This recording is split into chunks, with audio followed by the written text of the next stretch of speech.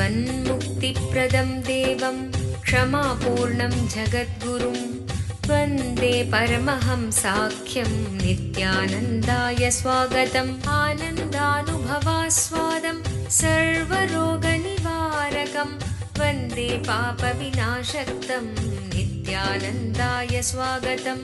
नित्यमुक्तं निर्विकल्पं ध्यानलोकप्रदीपकं वन्दे शान्तमयं बन्धं नित्यानन्दाय स्वागतम्। பரமஹம்ச நித்யானந்தர் ஓர் வாழும் அவதார புருஷர். பிறப்பிலிருந்தே ஞானத்தை, ஞான சக்தியை வெளிப்படுத்திய பிறவி யோகி. 500க்கும் மேற்பட்ட புத்தகங்களை 27 மொழிகளில் அருளிய எழுத்தாளர். 8000 மணி நேரத்திற்கும் மேல் ஞான கருத்துக்களை மொழிந்துள்ள அரிய பேச்சாளர். ஆயிரக்கணக்கானவர்களுக்கு உணவு, மருத்துவம், கல்வி, ஆன்மீகம் போன்ற துறைகளில் ஒப்பற்ற சேவை செய்து வரும் சமூக சேவகர். லட்சக்கணக்கானவர்களுக்கு தலைவலி முதல் கேன்சர் வரை தனது தியான சக்தியால் தீர்த்து வைத்த தியான சிகிச்சையாளர். லட்சக்கணக்கான மக்களுக்கு உடல் நலம், மனவளம் ஆகியவற்றிற்கான கிரியைகளை வகுத்து தரும் கிரியா யோகி.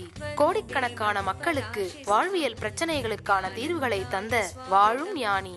151 நாடுகளில் தியான மையங்களோடும் 40க்கும் மேற்பட்ட நாடுகளில் ஆசிரம கிளைகளோடும் நடந்து வரும் உலகளாவிய நித்யானந்த தியானபீட ஆன்மீக இயக்கத்தின் நிறுவனர். 1 கோடிக்கும் மேற்பட்ட சீடர்களால் ஆத்மார்த்தமாக பின்பற்றப்படும் ஞான குரு. தீட்சையின் மூலம் சக்தி பரிமாற்றத்தை நிகழ்த்தும் அவதார சக்தி. பாரம்பரிய யோக கலையை ஆயிரக்கணக்கான யோக மையங்கள் மூலம் உலகமெங்கும் எடுத்துச் சென்ற நவீன கால யோகி. லட்சக்கணக்கான மக்களுக்கு குண்டலினி சக்தியை உயிர்ப்பித்து அஷ்ட சித்திகளை அருளும் அஷ்டமா சித்திதாயகன். உலகம் முழுவதும் வைதீக ஆலயங்களை அமைத்து வேத கலாச்சாரத்திற்கு மறுமலர்ச்சி அளித்த ஆன்மீக சுடர். லட்சக்கணக்கான இளைஞர்களின் எதிர்காலத்திற்கு வழிகாட்டியாய் திகழும் ஒரே இளம் குரு. உலகிலேயே இணையதளத்தின் மூலம் அதிகமாக பார்க்கப்படும் ஆன்மீக குரு. அரசியல் துறையிலும் ஊடகத்துறையிலும் ஊடுருவி இருக்கும் நாத்திக ரவுடி கும்பல்களால் தொடுக்கப்பட்ட மத தாக்குதலையும் தாண்டி ஒப்பற்று ஒளிரும் ஆன்மீக ஒளி. அசைக்க இயலாத, என்றென்றும் நிலைத்திருக்கும் ஞான கல்ப விருட்சம். आनन्दानुभवास्वादं सर्वरोगनिवारकं वन्दे पापविनाशक्तं नित्यानन्दाय स्वागतम्। नित्यमुक्तं निर्विकल्पं ध्यानलोकप्रदीपकं वन्दे शान्तमयं बन्धं नित्यानन्दाय स्वागतम्। आनन्दगन्धसञ्चारं सर्वोपाधिविनिर्मुक्तं वन्दे ज्ञानालयं नाथं नित्यानन्दाय स्वागतम्।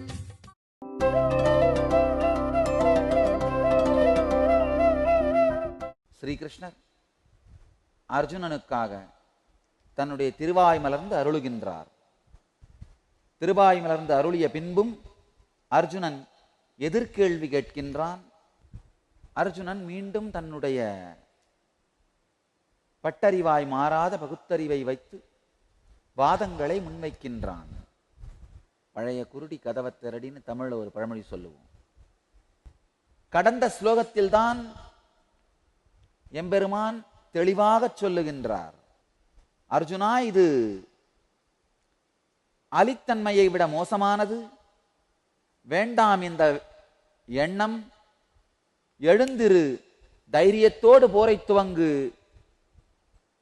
ஆனால் பட்டறிவாக மாறாத தன்னுடைய பகுத்தறிவை வைத்துக்கொண்டு அர்ஜுனன் தன்னுடைய தரப்பு வாதத்தை முன்வைக்கின்றான். ஆனால் எம்பெருமான் மாளாத பொறுமையோடு, அளவிலாத பொறுமையோடு அர்ஜுனனுக்கு விடையளிக்கின்றார். தன்னுடைய அவதார நோக்கம் மட்டுமல்ல, அர்ஜுனனும் அதில் பாகமாக இருக்க வேண்டும் என்பதில் எம்பெருமான் மிகப்பெரிய பொறுமையோடு கருணையோடு பதிலளிக்கின்றார். நானா இருந்தா அட போடா அப்படின்ட்டு அடுத்த வேலையை கவனிச்சிருப்பேன். அடுத்த வேலையை கவனிக்கலாமப்பா அப்படின்னு. ஏன்னா அர்ஜுனன் வரமாட்டேங்கிறனா, சரி பீமனை கூப்பிட்றா அப்படின்னு இருப்பேன். இல்லை யுதிஷ்டிரனை கூப்பிட்றா, இல்லை நகுல சகதேவனை கூப்பிட்றா. ஸ்ட்ராட்டஜி நாம தானடா பண்ண போறோம், இவங்கெல்லாம் கை ஆயுதம் தானடா, இன்னொருத்தனை கூப்பிடு அப்படின்னு இருப்பேன். ஆனால் எம்பெருமான் அளவில்லாத கருணையோடு தன் அவதார நோக்கத்தை நடத்துவது மட்டுமல்லாமல் அர்ஜுனனுக்காக வளைந்து பெரும் பொறுமையோடு பதிலும் அளிக்கின்றார். எப்படின்னா, ஒரு ஆறினுடைய நோக்கம், ஒரு ஆறு பொங்கி வரும் பொழுது மலையிலிருந்து பொங்கி பெருகி வருது. அதனுடைய நோக்கம் என்னன்னா கடலை சென்றடைவது. அப்ப அதை அடி பிறண்டுட்டு போயிட்டே இருந்தா போதும், கடலுக்கு போயிரும். ஆனா இந்த ஆத்தினுடைய தண்ணீர் தாம் மேல படணுங்கிறதுக்காக ஏதோ ஒரு கல் ஒரு மூலையில தவங்கடந்துட்டு இருந்ததாம். அந்த ஆறு இந்த கல்லையும் தன்னோடு புனிதப்படுத்தி கொண்டு செல்ல வேண்டும் என்பதற்காக தன்னுடைய பாதையை விட்டு 100 கிலோமீட்டர் தனியா போய் அந்த கல்லையும் நனைத்து கொண்டு புனிதப்படுத்தி கொண்டு மீண்டும் கடலை நோக்கி செல்லுவது போல அளவில்லாத பொறுமையோடு எம்பெருமான் பகவான் ஸ்ரீகிருஷ்ணர் தன்னுடைய பதிலை திருவாய் மலர்ந்து அருளுகின்றார்.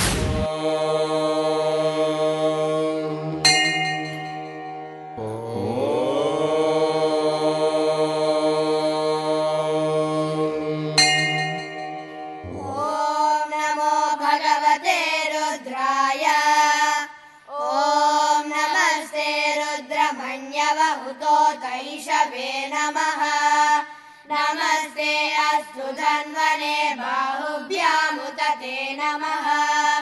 या तैषु शिवतमा शिवं बभूव ते धनुः शिवा शरव्याया तव तया नो रुद्रमृळया। या ते रुद्र शिवा तनूरघोरा पापकाशिनी तया नस्तनुभाषन्तमया गिरिशन्ताभिजादशीः या विषं गिरिशन्तः. இதுதான் பகவத்கீதை துவங்குகின்றது. இதுவரைக்கும் நடந்தது எல்லாமே ஒரு நட்பு ரீதியான கான்வர்சேஷன். எப்போ அர்ஜுனன் சிஷ்யஸ்தேகம், இறைவா இப்பொழுது நான் உன்னை கடவுளாக ஏற்றுக்கொள்கிறேன், நான் சீடனாக மாறுகின்றேன், எனக்கு உபதேசம் அளி அப்படின்ன உடனே தான் இறைவன் பெருங்கருணையினாலே அர்ஜுனனை தன்னுடைய இயக்கத்தின் பாகமாக, இப்ப கிருஷ்ணனுடைய நோக்கம் என்ன? போரை நடத்தி பூபாரத்தை குறைப்பது, பூமியில் இருக்கிற பாரத்தை குறைக்கிறது. அளவுக்கு மீறி மனிதர்களாக வாழ தகுதியில்லாத பல ஜீவன்கள் மனித உடலிலே நுழைந்து விடுகின்றது. அந்த மாதிரி கோடிக்கணக்கான ஜீவன்கள் நுழைந்து விடுகிறது. அவருடைய நோக்கம் போரை நடத்த வேண்டியதுதான். ஆனா அர்ஜுனன் காலிலே விழுந்து கேட்டவுடனே அளவில்லாத பொறுமையோடு அர்ஜுனன் சொல்றான், சிஷ்யஸ்தேகம். அர்ஜுனனும் கிருஷ்ணனும் ஒரே குருகுலத்திலே படித்தவர்கள். அதனால இதுவரைக்கும் சமமாக நண்பனாக மட்டுமே பேசிக்கொண்டிருக்கின்றான் அர்ஜுனன். பட்டறிவாய் மாறாத பகுத்தறிவை வைத்து தர்க்கங்களை கொடுத்து கொண்டிருக்கிறான். ஆனா ஒரு அளவுக்கு மேல போன உடனே அந்த பட்டறிவு பகுத்தறிவாலே தாங்க முடியவில்லை. அதாவது பட்டறிவாக மாறாத பகுத்தறிவினாலே பட்டறிவின் சூட்டை தாங்க முடியவில்லை. அந்த நேரத்தில் உடைகின்றான். உடைந்து, அப்பா நான் உன் சீடன், என்னை விட்டுவிட்டு உன் இயக்கத்தை நடத்தி விடாதே, நான் உன் பாகமாக இருக்க வேண்டும். ஆழமான சூக்ஷ்மமான தெளிவினால்தான் நடக்கின்றது.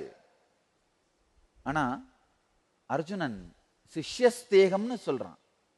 நான் உன் சீடன், இந்த மிகப்பெரிய உன்னுடைய செயலின் பாகமாக நான் இருக்க வேண்டும். பகவான் ஆழமான பொறுமையோடு, நான் சொன்ன மாதிரி ஒரு ஆறு மலையிலே பொங்கி கடலை நோக்கி செல்லுகின்றது. பள்ளத்தை நோக்கி போனாலே கடல் நோக்கி போயிரும். அந்த எளிமையான வழியிலே பொங்கி சென்று கொண்டிருக்கிறது. ஆனா ஏதோ ஒரு கல் ஒரு மூலையில் நின்றுட்டு நான் உன்னுடைய சீடன் என்று கதறியவுடன் 100 கிலோமீட்டர் வளைவை எடுத்துக்கொண்டு அந்த கல்லை தொட்டு கல்லையும் புனிதமாக்கி கொண்டு கடலை நோக்கி செல்லுகின்ற கங்கையை போலே எம்பெருமான் அளவில்லாத பொறுமையோடு அர்ஜுனனுக்காக உடலை வளைக்கின்றார்.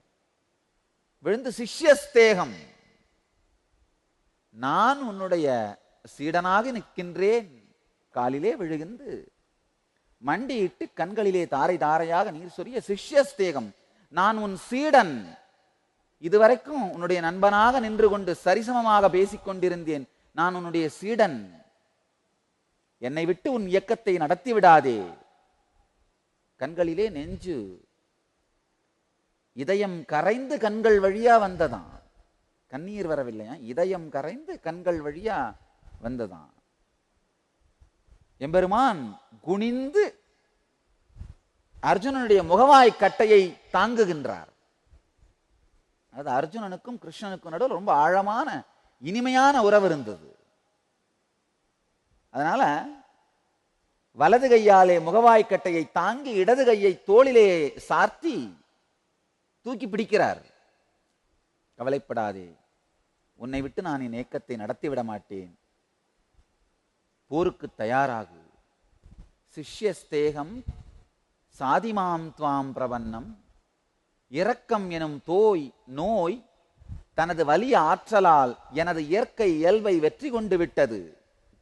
அர்ஜுனன் எம்பெருமானை நோக்கி புலம்புகின்றான். இரக்கம் என்னும் நோய் தனது வலிய ஆற்றலால் எனது இயற்கை இயல்பை வெற்றி கொண்டு விட்டது. நெறிகள் என்கின்ற தர்க்க அறிவு என்னை தடுமாறச் செய்து விட்டது. பட்டறிவாக மாறாத என் பகுத்தறிவு என்னை தடுமாறச் செய்து விட்டது. உம்மிடம் சரணடைந்த உமது சீடனான எனக்கு எது சிறப்பை தருமோ அதை தெளிவாக எனக்கு எடுத்து உரைத்து எனக்கு கட்டளையிடுவீராக. ஆன்மீக வரலாற்றிலேயே முதன்முறையாக ஆன்மீக நகரமாம் திருவண்ணாமலையில்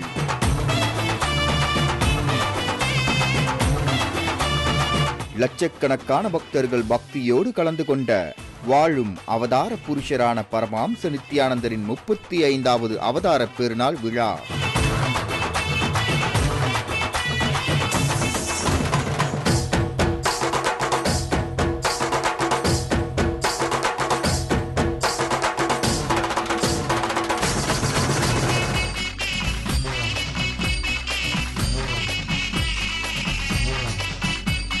டிசம்பர் 20, 2011 அன்று காலை முதல் மாலை வரை நடைபெற்ற சிறப்பு நிகழ்ச்சிகள்.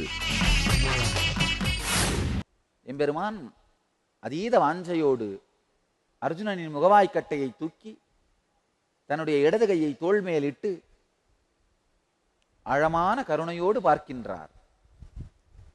அப்பனே, ஏன் இந்த துக்கத்தை உனக்குள் வரவைத்து உள்ளுக்குள் மனமுடைந்து நிலைதடுமாறி அழுகின்றாய்? எம்பெருமான் திருவாய் மலர துவங்குகின்றார். துவங்கும் பொழுதே அவருடைய எல்லையில்லாத பொறுமை, வேறு எந்த அவதாரமும் ஸ்ரீகிருஷ்ணனை போல மிகப்பெரிய ஒரு சாதனையை செய்யவில்லை. ராமர் கூட ஏற்கனவே இருந்த ஒரு நாட்டுக்கு மன்னரானார். ஆனால் கிருஷ்ணன் தானே ஒரு நாட்டை உருவாக்கினான். துவாரகை எம்பெருமானே உருவாக்கியது. அளப்பரிய பொறுமை, அளப்பரிய சாதனை, எல்லையில்லாத சாதனைகளை செய்து எம்பெருமான் தன்னுடைய வாழ்க்கையிலே ஒரு ஆழமான செய்தியை அளிக்கின்றார். அளப்பரிய பொறுமை. சிசுபாலனை கூட 100 முறை திட்டவிட்டார். 100 முறைக்கு பிறகுதான் சுதர்சன சக்கரத்தை கையில் தொட்டார். அளப்பரிய பொறுமை. நேரடியாக பிரச்சனைக்கு வருகின்றான். பகவானுக்கு பேரானந்தம். ஆஹா, எப்ப எந்த வினாடி நான் உன் சீடன் சொல்வதை கேட்க தயாராக இருக்கின்றேன் பகவானின்னு காலத் தொட்டானோ அந்த வினாடியிலிருந்து பிரச்சனையின் ஆழத்தை அர்ஜுனன் உணர துவங்கி விடுகின்றான். என்னவோ வேற வேற நபர்கள் பேசுற மாதிரி இருக்கு. ஒரு வினாடி நான் உன் சீடன் என்று கரைந்தவுடன் உணர்வெல்லாம் மறைந்து, அந்த பழைய உணர்வெல்லாம் மறைந்து, எதிர்ப்பு அப்படிங்கிறதே ஒரு போதை மாதிரி தாங்க. மேல போயும் ஒரு 1/2 மணி நேரத்தில் கீழே வந்துடும். அப்பாவோட சண்டை போட்டாலும் சரி, மனைவியோட சண்டை போட்டாலும் சரி, மகனோட சண்டை போட்டாலும் சரி, எங்க இருந்தாலும் சரி, இல்லை பாஸோட சண்டை போட்டாலும் சரி, எதிர்த்துட்டீங்கன்னாலே ஒரு அரை மணி நேரத்துக்கு அப்புறம் அந்த சாராயம் குடிச்ச போதை கீழே வர்ற மாதிரி அந்த எதிர்ப்பு போதை கீழே அடங்கும். இங்க எம்பெருமானை எதிர்த்து அர்ஜுனன் வேக வேகமா மேல போனான். இந்த டெம்பரேச்சர், அந்த உடம்பு தாங்கிறத விட டெம்பரேச்சர் மேல போனோடனே டெம்பரேச்சர் பளிச்சுன்னு உடஞ்சி கீழே விழுது. விழுந்ததும் அலறுகின்றான், அப்பா நிரந்தரமான தீர்வை கொடு.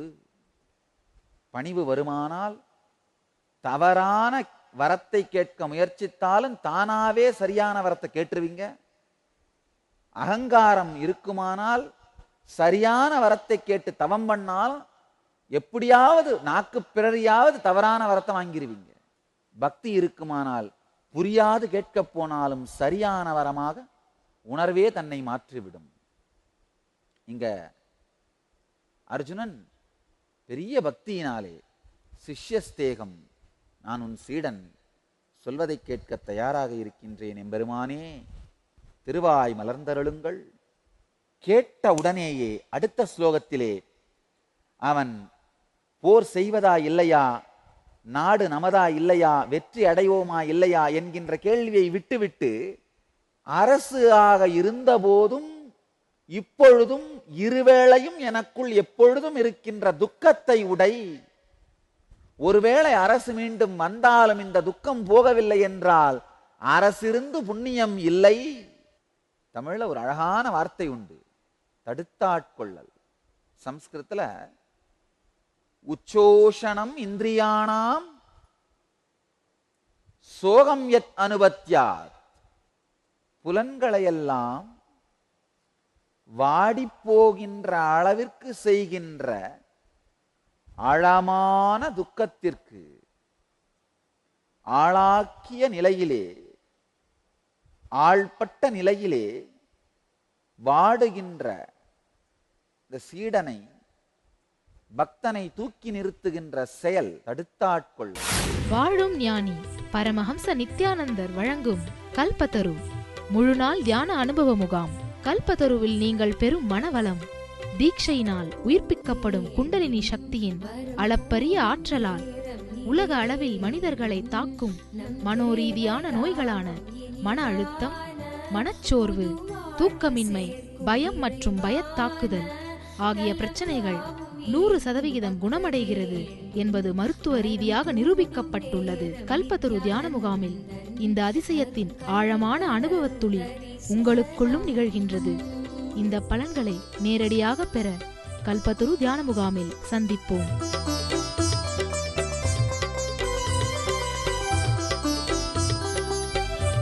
மேலும் விவரங்களுக்கு நித்யானந்த தியான பீடம், நித்யானந்தபுரி, கிரிவலப்பாதை, திருவண்ணாமலை.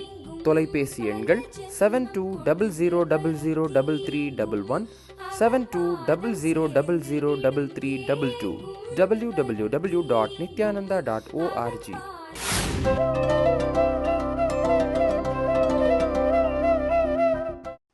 தேவேந்திரன் ஒருத்தர் நாமக்கல்ல இருந்து கேட்டிருக்காரு, சுவாமிஜி எனக்கு 35 வயதாகிறது, வாழ்க்கையில் எல்லாமே இருக்கிறது, இருந்தாலும் விரக்தியாக உள்ளது, தற்கொலை செய்து கொள்ள வேண்டும் என்ற எண்ணம் மிகவும் அதிகமாக வருகிறது, என்னால் என்னையே காப்பாற்றிக் கொள்ள முடியாமல் போய்விடுமோ என்று பயமாகவும் இருக்கிறது, இதற்கு காரணம் நான் செய்த பாவமா?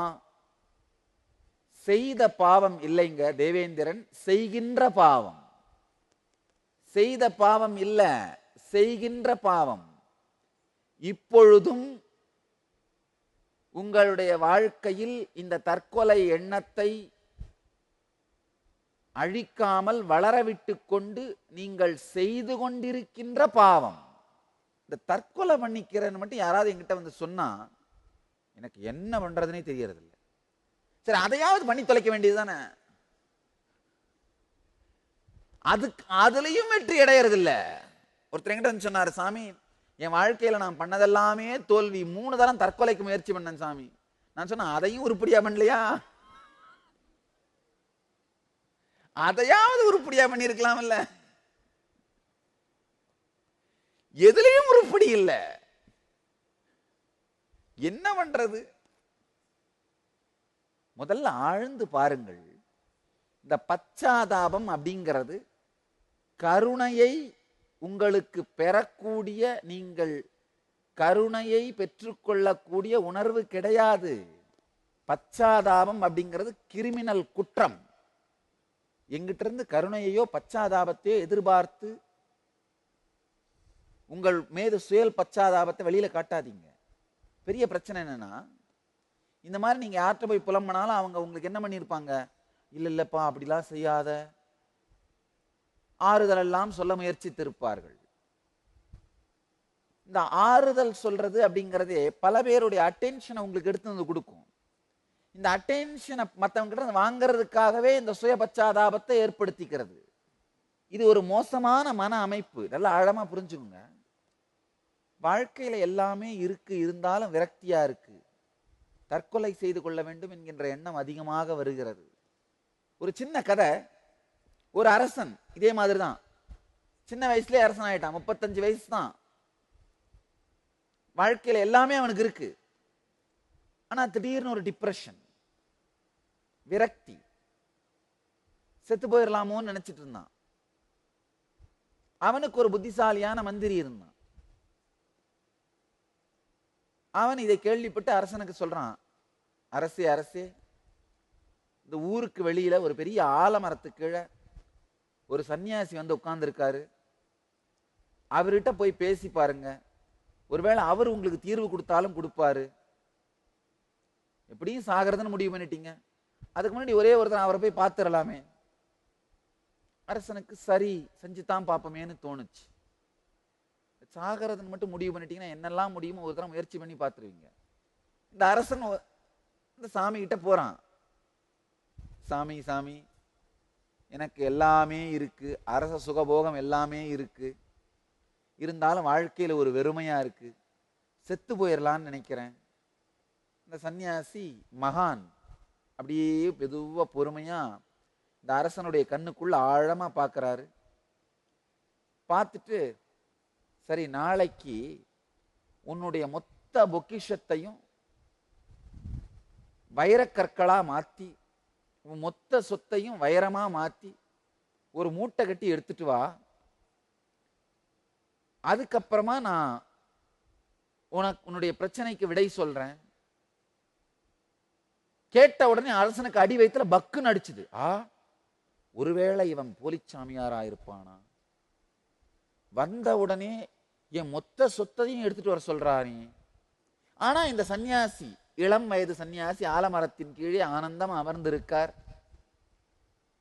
அவருடைய ஆனந்தத்தையும் தேஜஸையும் பார்க்கும் பொழுது, இல்லையே தப்பானவரா தெரியல. சரின்னு வீட்டுக்கு போயிடுறான்.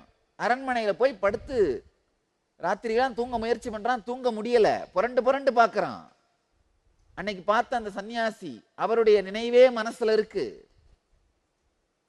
மறுநாள் போலாமா வேணாமா, போலாமா வேணாமான்னு யோசிச்சு பார்த்தான். கடைசியில முடிவு பண்ணிடுறான், எனியோ இப்ப இந்த சொத்தெல்லாம் வச்சுட்டு மட்டும் நாம என்ன வாழ்ந்தோம், போய்த்தான் பார்த்துடலாமே. நாட்டில் இருக்க அவனுடைய மொத்த பொக்கிஷத்தையும் எல்லா சொத்துக்களையும் விற்று வைரங்களாக மாற்றி ஒரு கோணியிலே கட்டி தோளிலே தூக்கி கொண்டு வருகின்றான். வந்து அந்த சன்னியாசி காலில் விழுந்து, சாமி நீங்க சொன்ன மாதிரியே இந்த கோணிப்பையில கட்டி எடுத்துட்டு வந்துட்டேன், இப்ப எனக்கு தீர்வு சொல்லுங்கள்னு கேட்கிறான். திடீர்னு அந்த சன்னியாசி எதிர்பாராத விதமாக அந்த கோணிப்பையை பிடுங்கி கொண்டு ஓட்டமாக ஓடுகின்றார். அரசன் எதிர்பார்க்கல. ஐயோ என் சொத்தெல்லாம் போச்சேன்னு சன்னியாசி பின்னாடியே ஓடுறான். என்னதான் இருந்தாலும் சன்னியாசி அந்த காட்டுக்குள்ளேயே இருக்கவர், காட்டோட சந்து பொந்து எல்லாம் தெரியும். அங்க ஓடுறார், இங்க ஓடுறார், இங்க ஓடுறார், அங்க ஓடுறார். அரசனுக்கு ஒண்ணுமே முடியல. அவனும் ஓடி ஓடி ஓடி ஓடி பார்த்தான், அதுக்கு மேல ஒண்ணும் பண்ண முடியல. 2 மணி நேரத்துக்கு முன்னாடி மேல அவனால ஓட முடியல. அவ்வளோ ஆல்மோஸ்ட் மயக்கம் வர்ற மாதிரி நின்னுட்டான். கடைசியா மயக்கம் அடிச்சு விழற மாதிரி அந்த கட்டத்துல அந்த சன்னியாசி இவன் கிட்ட வந்து நின்னுறாரு. ஆனா இந்த அரசன் மயக்கம் அடிச்சு விழாம கடைசி தன்னுடைய சக்தி மொத்தத்தையும் திரட்டி சன்னியாசி மேல பாஞ்சு அந்த கோணிப்பைய பிடுங்கிடுறான். அப்ப சன்னியாசி சிரிச்சுக்கிட்டே சொல்றாரு, இதை எடுத்துட்டு போய் இப்ப வச்சு வாழு. அரசனுக்கு பளிச்சுன்னு அந்த ஞானம் உதயமானது. ஆஹா, வாழ்க்கையில எதுவுமே அனுபவிக்கிறதுக்கு இல்லைன்ற விரக்தி வந்ததே. ஆனா ஒரு 2 மணி நேரம் நம்ம சொத்தெல்லாம் போயிட்டு திரும்ப கிடைச்சப்புறம் இப்பதான் நம்முடைய சொத்தோட மதிப்பு நமக்கே தெரியுதப்பா. இவ்வளவு சொத்து இருக்கும்போது நமக்கு விரக்தி வரலாமா அப்படின்னு புது உணர்ச்சியோடு புது உற்சாகத்தோடு தன்னுடைய ராஜ்யத்தை நிர்வாகம் செய்வதற்காக, வாழ்க்கையை வாழ்வதற்காக மீண்டும் சென்றான். தேவேந்திரன், நான் நினைக்கிறேன் உங்க லைஃப்ல எல்லாமே இருக்குன்னு நீங்க நினைக்கிறது ஒரே ஒரு நாளோ 2 நாளோ இல்லாம போச்சுன்னா உங்க வாழ்க்கை என்ன ஆகும்? என்ன பாடுபட்டு அவைகளை எல்லாம் அடைய முயற்சிப்பீர்கள். அந்த முயற்சியை இப்பொழுதே மேற்கொண்டு வாழ்க்கையை விரிவாக்க முயற்சியுங்கள். இப்ப இருக்கிற அந்த விரக்தியும் மந்தத்தன்மையும் தானாக போய்விடும். உங்கள் எல்லோரையும் நித்யானந்தத்தில் நிறைந்து, நித்யானந்தத்தில் மலர்ந்து, நித்யானந்தத்தில் கரைந்து, நித்யானந்தமாகிட ஆசீர்வதிக்கின்றேன். நன்றி. ஆனந்தமாக இருங்கள். நித்யானந்த தியானபீடம், நித்யானந்தபுரி, ஆஃப் மைசூர் ரோடு, விடுதி, பெங்களூர். 9742203311, 08027202084.